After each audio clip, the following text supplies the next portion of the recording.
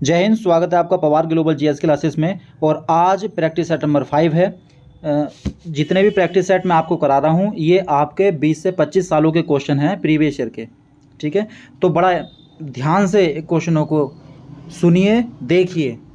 ठीक है, आपको कोई प्रैक्टिस करने की ज़रूरत नहीं पड़ेगी अगर आप ध्यान से सारे क्वेश्चनों को आप देखेंगे।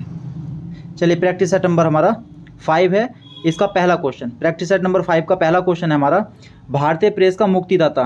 भारतीय प्रेस का मुक्तिदाता किसे कहा जाता है? तो भारतीय प्रेस का मुक्तिदाता चार्ल्स मैटकॉफ को कहा जाता है। किसे? Charles Metcalfe. भारतीय प्रेस का मुक्तिदाता चार्ल्स मैटकॉफ। नेक्स्ट क्वेश्चन, चीनी यात्री हुएन सांग ने किस विश्वविद्यालय से अपनी शिक्षा ग्रहण किया था? तो चीनी यात्री हुएन सांग ने अपनी शिक्षा जो ग्रहण किया था वो तक्षशिला से किया था। किससे? तक्षशिला यूनिवर्सिटी से। डेंगू बुखार को कौन संचारित करता है? आपसे पूछे डेंगू बुखार को कौन संचारित करता है, तो आपका जवाब आना चाहिए डेंगू बुखार को संचारित करता है मादा एनोफिलीज, यानी कि एंडीज इजिप्टी मच्छर। एंडीज इजिप्टी मच्छर, मादा बड़ी खतरनाक हो है जी। नेक्स्ट, योग दर्शन के प्रतिपादक कौन है? आपसे पूछेगा योग दर्शन के प्रतिपादक कौन है? तो बड़ा आसान क्वेश्चन दोस्त, योग दर्शन के प्रतिपादक कौन है? योग दर्शन के प्रतिपादक पतंजलि। कौन है? पतंजलि। गोपद ब्राह्मण का संबंध किस वेद से है? गोपद ब्राह्मण का संबंध किस वेद से है? आपसे क्वेश्चन पूछा है गोपद ब्राह्मण का संबंध कौन से वेद से है, तो आपका जवाब आ जाना चाहिए अथर्ववेद से। इसका क्वेश्चन क्या होगा? अथर्ववेद। क्या होगा? अथर्ववेद। नेक्स्ट क्वेश्चन की ओर चलते हैं, अष्टप्रधान का संबंध किससे है? अष्टप्रधान का संबंध किससे है? तो अष्टप्रधान पूछा है, तो अष्टप्रधान का संबंध शिवाजी से। किसे? शिवाजी। नेक्स्ट क्वेश्चन की ओर चलते हैं, आपसे पूछेगा स्वराज पार्टी के संस्थापक कौन थे? स्वराज पार्टी के संस्थापक कौन थे? तो स्वराज पार्टी के संस्थापक CR दास। कौन? CR दास।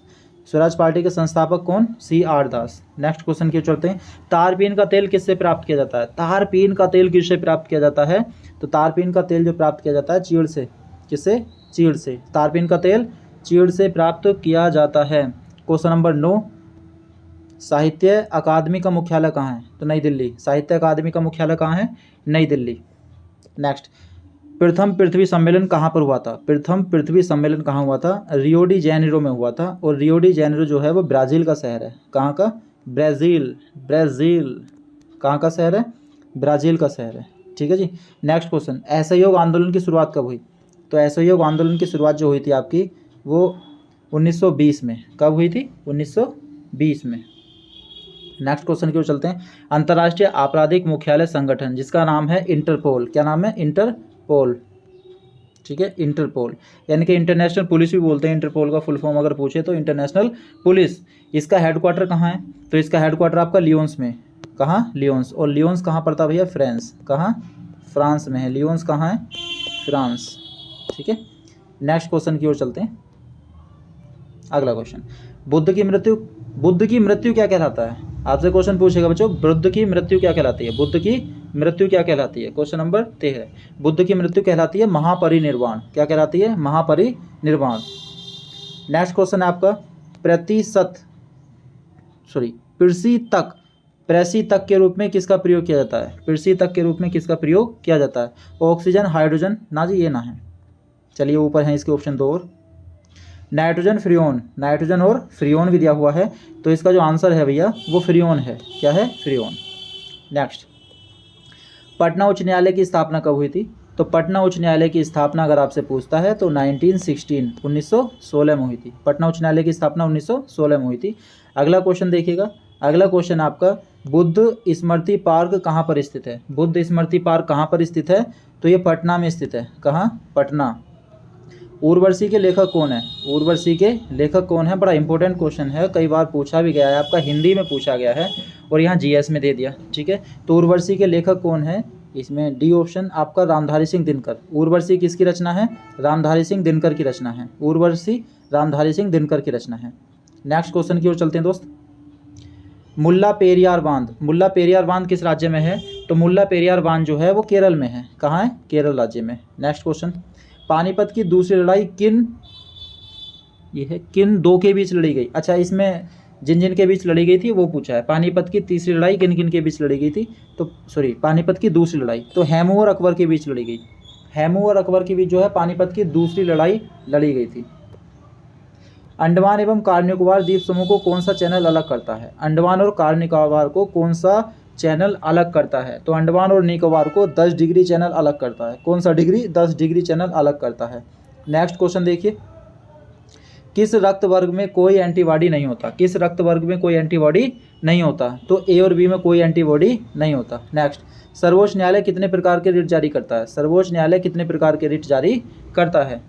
तो आपका जवाब आना चाहिए 5 प्रकार के रिट जारी करता है। सर्वोच्च न्यायालय कितने प्रकार के रिट जारी करता है? 5 न्यायालय। सुप्रीम कोर्ट कितना रिट जारी करता है? तो 5। नेक्स्ट, कौन सा अनुच्छेद बच्चों को कारखाने में कार्य करने पर प्रतिबंध लगाता है? कौन सा अनुच्छेद है जो बच्चों को कारखानों में कार्य करने से रोकता है? आर्टिकल 23, 24, 26 या 17? तो बहुत आसान क्वेश्चन है, जो स्टूडेंट रेगुलर पॉलिटी पढ़ रहा है और पॉलिटी उसका 2-3 बार करा भी दिया है तो वो एकदम बता देगा कौन सा आर्टिकल है। तो आपको पता होना चाहिए आर्टिकल नंबर, बताओ बच्चों, नहीं बताओगे कोई बात नहीं, 24 है आर्टिकल नंबर 24। प्रति 2 वर्ष के उपरांत राज्यसभा के कितने सदस्य सेवानिवृत्त हो जाते हैं? प्रति 2 वर्ष में राज्यसभा के कितने मेंबर सेवानिवृत्त हो जाते हैं? तो प्रति 2 वर्ष में 1/3 सदस्य सेवानिवृत्त हो जाते हैं, 1/3। अब देखिए अगला क्वेश्चन, भारत में पुनः जजिया कर को लागू किसने किया था? शाहजहां, जहांगीर, हुमायूं या औरंगजेब? तो बताइए बच्चों कौन है? तो औरंगजेब ने किया था। किसने? औरंगजेब ने किया था। भारत में मीठे पानी की सबसे बड़ी झील है, भारत में पूछा है कि मीठे पानी की सबसे बड़ी झील, भारत की मीठे पानी की सबसे बड़ी झील, तो ये आपका वुलर झील है। कौन सा है? वुलर झील। मानव विकास रिपोर्ट कौन प्रकाशित करता है जी? मानव विकास रिपोर्ट कौन जारी करता है? आपसे क्वेश्चन है ये, मानव विकास रिपोर्ट कौन जारी करता है? तो आपका क्वेश्चन आना चाहिए यूएनडीपी। यूएनडीपी का फुल फॉर्म लिखेंगे, यू से यूनाइटेड, मैं यहाँ लिख देता हूँ यूनाइटेड, ठीक है जी। एन से नेशन, डी से डेवलपमेंट,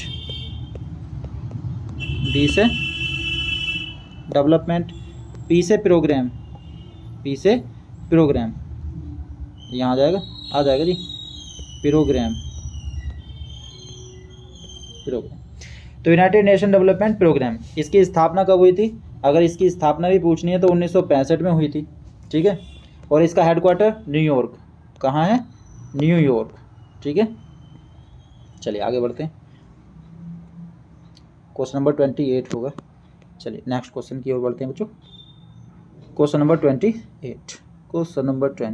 अच्छा आसान क्वेश्चन है, साइंस ग्रुप वाला स्टूडेंट एकदम बताएगा।